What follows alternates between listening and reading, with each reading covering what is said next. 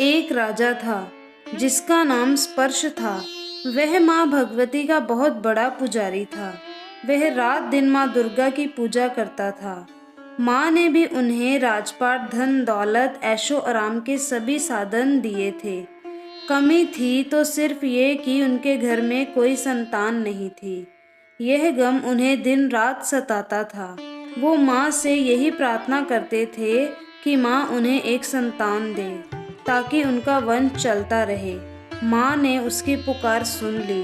एक दिन माँ ने आकर राजा को स्वप्न में दर्शन दिए और कहा कि वे उसकी तेरी भक्ति से बहुत प्रसन्न हैं। उन्होंने राजा को 2 पुत्रियां प्राप्त होने का वरदान दिया।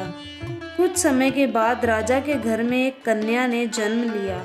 राजा ने अपने राज दरबारियों को बुलाया, पंडियों और ज्योतिषों को बुलाया और बच्ची की जन्म कुंडली तैयार करने का हुक्म दिया। पंडितों और ज्योतिषों ने उस बच्ची की जन्म कुंडली तैयार की और कहा, हे राजन, ये कन्या तो साक्षात देवी है। ये कन्या जहाँ भी कदम रखेगी वहाँ खुशियाँ ही खुशियाँ होंगी। ये कन्या भी भगवती की पुजारन होगी। उस कन्या का नाम तारा रखा गया। थोड़े समय बाद राजा के घर वरदान के अनुसार एक और कन्या ने जन्म लिया। मंगलवार का दिन था। पंडितों और ज्योतिषों ने जब जन्म कुंडली तैयार की तो उदास हो गए। राजा ने उदासी का कारण पूछा तो वे कहने लगे, महाराज, यह कन्या आपके लिए शुभ नहीं है। राजा ने उदास होकर ज्योतिषों से पूछा कि मैंने ऐसे कौन से बुरे कर्म किए हैं जो कि इस कन्या ने मेरे घर में जन्म लिया है। उस समय ज्योतिषों ने अपने ज्योतिषी लगाकर बताया और कहने लगे कि ये दोनों कन्याएं जिन्होंने आपके घर में जन्म लिया है, पिछले जन्म में राजा इंद्र की अप्सराएं थी। इन्होंने सोचा कि हम भी मृत्युलोक में भ्रमण करें तथा देखें कि मृत्युलोक पर लोग किस तरह रहते हैं। दोनों ने मृत्युलोक पर आकर एकादशी का व्रत रखा। बड़ी बहन का नाम तारा था, छोटी बहन का नाम रुक्मन।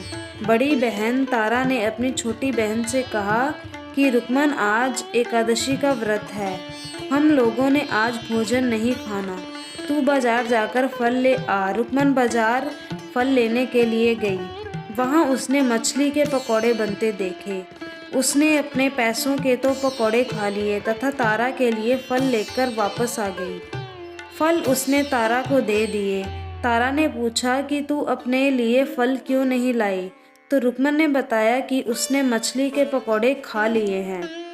उसी वक्त तारा ने श्राप दिया, जा नीच, तूने एकादशी के दिन मांस खाया है, नीचों का कर्म किया है, जा मैं तुझे श्राप देती हूँ, तू नीचों की जून पाए।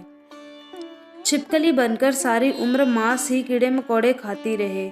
उसी शहर में एक ऋषि गुरु गोरख अपने शिष्यों के साथ रहते थे। उनके शिष्यों में एक चेला तेज स्वभाव का तथा घमंडी था। एक दिन वो घमंडी शिष्य पानी का कमंडल भरकर खुले स्थान में एकांत में जाकर तपस्या पर बैठ गया। वो अपनी तपस्या में लीन था। उसी समय उधर से एक प्यासी कपिला गाय आ गई। उस ऋषि के पास पड़े कमंडल में पानी पीने के लिए उसने मुंह डाला और सारा पानी पी गई। जब कपिता गाय ने मुंह बाहर निकाला तो खाली कमंडल की आवाज़ सुनकर उस ऋषि की समाधि टूटी। उसने देखा कि गाय ने सारा पानी पी लिया था। ऋषि ने गुस्से में आ उस कपिला गाय को बहुत बुरी तरह चिमटे से मारा। वह गाय लहूलुहान हो गई। यह खबर गुरु गोरख को मिली। उन्होंने जब कपिला गाय की हालत देखी तो उस ऋषि को बहुत बुरा भला कहा और उसी वक्त आश्रम से निकाल दिया। गुरु गोरख ने गाय माता पर किए गए पाप से छुटकारा पाने के लिए कुछ समय बाद एक यज्ञ रचाया। इस यज्ञ का पता उस शिष्य को भी चल गया जिसने कपिला गाय को मारा था। उसने सोचा कि वे अपने अपमान का बदला जरूर लेगा। यज्ञ शुरू हो गया। उस चेले ने एक पक्षी का रूप धारण किया और चोंच में सर्प लेकर भंडारे में फेंक दिया, जिसका किसी को पता न चला। एक छिपकली जो पिछले जन्म में तारा देवी की छोटी बहन थी तथा बहन के शाप को स्वीकार कर छिपकली बनी थी, सर्प का भंडारे में गिरना देख रही थी। उसे त्याग व परोपकार की शिक्षा अब तक याद थी। वह भंडारा होने तक घर की दीवार पर चिपकी समय की प्रतीक्षा करती रही। कई लोगों के प्राण बचाने हेतु उसने अपने प्राण न्यौछावर कर लेने का मन ही मन निश्चय किया। अब खीर भंडारे में दी जाने वाली थी। बांटने वालों की आंखों के सामने वे छिपकली दीवार से कूदकर कढ़ाई में जा गिरी। नादान लोग छिपकली को बुरा भला कहते हुए खीर की कढ़ाई को खाली करने लगे। उन्होंने उसमें मरे हुए सांप को देखा। तब सबको मालूम हुआ कि छिपकली ने अपने प्राण देकर उन सबके प्राणों की रक्षा की है। उपस्थिति सभी सज्जनों और देवताओं ने उस छिपकली के लिए प्रार्थना की कि उसे सब योनियों में उत्तम मनुष्य जन्म प्राप्त हो तथा अंत में वे मोक्ष को प्राप्त करे। तीसरे जन्म में वे छिपकली राजा स्पर्श के घर कन्या जन्मी। दूसरी बहन तारा देवी ने फिर मनुष्य जन्म लेकर तारामती नाम से अयोध्या के प्रतापति राजा हरिश्चंद्र के साथ विवाह किया।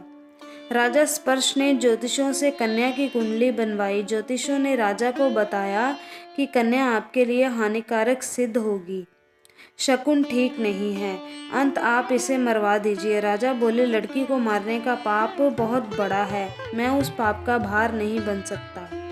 तब ज्योतिषों ने विचार करके राय दी, हे राजन, आप एक लड़की के संदूक में ऊपर से सोना चांदी आदि जड़वा दें, फिर उस संदूक के भीतर लड़की को बंद करके नदी में प्रवाहित कर दीजिए। सोने चांदी से जड़ा हुआ संदूक अवश्य ही कोई लालच से निकाल लेगा और आपकी हत्या कन्या को भी पाप लेगा।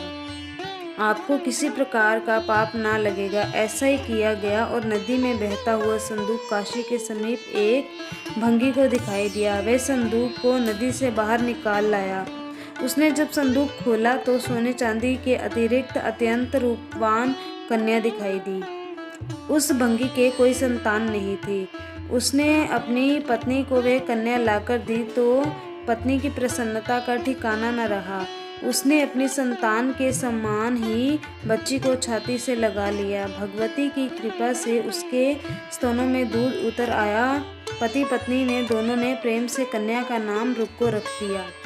रुक्को बड़ी हुई, उसका विवाह हुआ। रुक्को की सास महाराजा हरिश्चंद्र के घर सफाई आदि का काम करने जाया करती थी। एक दिन वे बीमार पड़ गई। रुक्को महाराज हरिश्चंद्र के घर काम करने के लिए पहुंच गई। महाराज की पत्नी तारामती ने जब रुक्को को देखा तो वे अपने पूर्व जन्म के पुण्य से उसे पहचान गई। तारामती ने रुक्को से कहा, हे बहन, तुम मेरे यहाँ निकट आकर बैठो। महारानी की बात सुनकर रुक्को बोली, रानी जी, मैं नीच जाति की भंगिनी हूँ, भला मैं आपके पास कैसे बैठ सकती हूँ। तब तारामती ने कहा, बहन, पूर्व जन्म में तुम मेरी सगी बहन थी। एकादशी का व्रत खंडित करने के कारण तुम्हें छिपकली की योनि में जाना पड़ा। जो होना था सो हो चुका। अब तुम अपने इस जन्म को सुधारने का उपाय करो तथा भगवती वैष्णो माता की सेवा करके अपना जन्म सफल बनाओ। ये सुनकर रुक्को को बड़ी प्रसन्नता हुई और उसने उपाय पूछा। रानी ने बताया कि वैष्णो माता सब मनोरथों को पूरा करने वाली है। जो लोग श्रद्धा पूर्वक माता का पूजन व जागरण करते हैं उनकी सब मनोकामना पूर्ण होती है। रुक्को ने प्रसन्न होकर माता की मनोती करते हुए कहा, हे माता, यदि आपकी कृपा से मुझे एक पुत्र प्राप्त हो गया तो मैं भी आपका पूजन व जागरण करवाऊंगी। माता ने प्रार्थना को स्वीकार कर लिया। फलस्वरूप 10वें महीने उसके गर्भ में एक अत्यंत सुंदर बालक ने जन्म लिया। परंतु दुर्भाग्यवश रुक्को को माता का पूजन जागरण करने का ध्यान न रहा। जब वह बालक 5 वर्ष का हुआ तो एक दिन उसे माता निकल आई।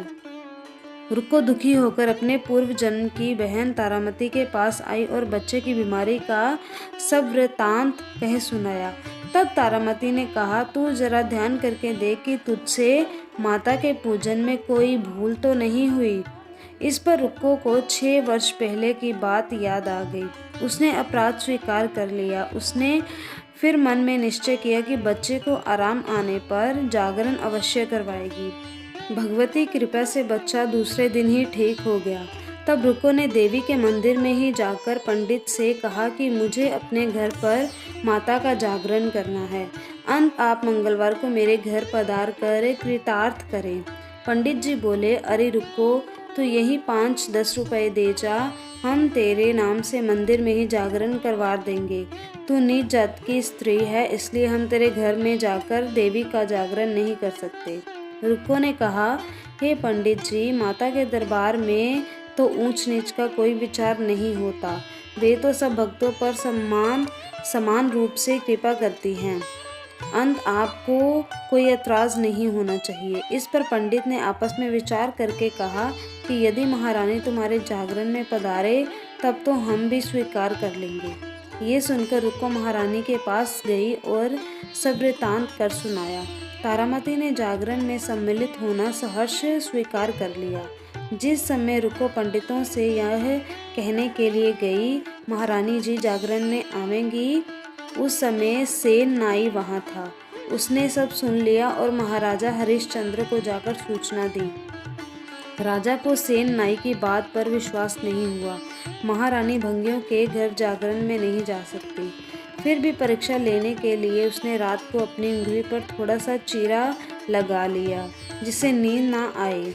रानी तारामती ने जब देखा कि जागरण का समय हो रहा है परंतु महाराज को नींद नहीं आ रही, तो उसने माता वैष्णो देवी से मन ही मन में प्रार्थना की कि हे माता, आप किसी उपाय से राजा को सुला दे ताकि मैं जागरण में सम्मिलित हो सकूं। राजा को नींद आ गई। तारामती रोशनदान से रस्सा बांधकर महल से उतरी और रुको के घर जा पहुंची।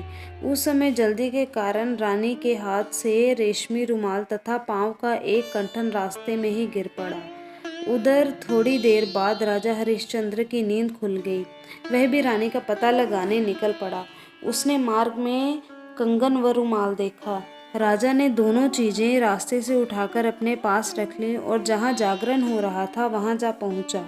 एक कोने में चुपचाप बैठकर दृश्य देखने लगा। जब जागरण समाप्त हुआ तो सबने माता की अरदास की। उसके बाद प्रसाद बांटा गया। रानी तारामती को जब प्रसाद मिला तो उसने झोली में रख लिया। ये देख लोगों ने पूछा, आपने प्रसाद क्यों नहीं खाया? यदि आप ना खाएंगे तो कोई भी प्रसाद नहीं खाएगा। रानी बोली, तुमने प्रसाद दिया वह मैंने महाराज के लिए रख लिया, अब मुझे मेरा प्रसाद दे दें। अब की बार प्रसाद ले तारा ने खा लिया। इसके बाद सब भक्तों ने माँ का प्रसाद खाया। इस प्रकार जागरण समाप्त करके प्रसाद खाने के पश्चात रानी तारामती महल की तरफ चली। तब राजा ने आगे बढ़कर रास्ता रोक लिया और कहा, तूने नीचों के घर का प्रसाद खा अपना धर्म भ्रष्ट कर लिया। अब मैं तुझे अपने घर कैसे रखूं? तूने तो कुल की मर्यादा व प्रतिष्ठा का भी ध्यान नहीं रखा। जो प्रसाद तू अपनी झोली में मेरे लिए लाई है उसे खिला, मुझे भी तू अपवित्र करना चाहती है। ऐसा कहते हुए जब राजा ने झोली की ओर देखा तो भगवती की कृपा से प्रसाद के स्थान पर उसमें चंपा, गुलाब, गेंदे के फूल, कच्चे चावल और सुपारियां दिखाई दी। यह चमत्कार देख राजा आश्चर्यचकित रह गया। राजा हरिश्चंद्र रानी तारा को साथ ले महल लौट आए। वहीं रानी ने ज्वाला मैया की शक्ति से बिना माचिस या चकमक पत्थर की सहायता के राजा को अग्नि प्रज्वलित करके दिखाई, जिसे देखकर राजा का आश्चर्य और बढ़ गया। रानी बोली, प्रत्यक्ष दर्शन पाने के लिए बहुत बड़ा त्याग होना चाहिए। यदि आप अपने पुत्र रोहितवास की बलि दे सके तो आपको दुर्गा देवी के प्रत्यक्ष दर्शन हो जाएंगे। राजा के मन में तो देवी के दर्शन की लगन हो गई थी। राजा ने पुत्र मोह त्याग कर रोहितवश का सिर देवी को अर्पण कर दिया। ऐसी सच्ची श्रद्धा व विश्वास देख दुर्गा माता सिंह पर सवार हो उसी समय प्रकट हो गईं और राजा हरिश्चंद्र दर्शन करके कृतार्थ हो गए। मरा हुआ पुत्र भी जीवित हो गया। चमत्कार देख राजा हरिश्चंद्र गदगद हो गए। उन्होंने विधि पूर्वक माता का पूजन करके अपराधों की क्षमा मांगी। इसके बाद सुखी रहने का आशीर्वाद दे माता अंत ध्यान हो गई। राजा ने तारा रानी की भक्ति की प्रशंसा करते हुए कहा, हे तारा, तुम्हारे आचरण से अति प्रसन्न हूँ। मेरे धन्य भाग जो तुम मुझे पत्नी के रूप में प्राप्त हुई। आयु पर्यंत सुख भोगने के पश्चात राजा हरिश्चंद्र, रानी तारा एवं रुक्मन भंगिनी तीनों ही मनुष्य योनि से छूटकर देवलोक को प्राप्त हुए। माता के जागरण में तारा रानी की कथा को जो मनुष्य भक्ति पूर्वक पढ़ता या सुनता है उसकी सभी मनोकामनाएं पूर्ण होती हैं, सुख समृद्धि बढ़ती है, शत्रुओं का नाश होता है। तो दोस्तों ये थी आज की हमारी वीडियो तारा रानी की कथा। दोस्तों अगर आपको ये वीडियो अच्छी लगी हो, वीडियो को लाइक करें और चैनल को सब्सक्राइब करना ना भूलें। धन्यवाद।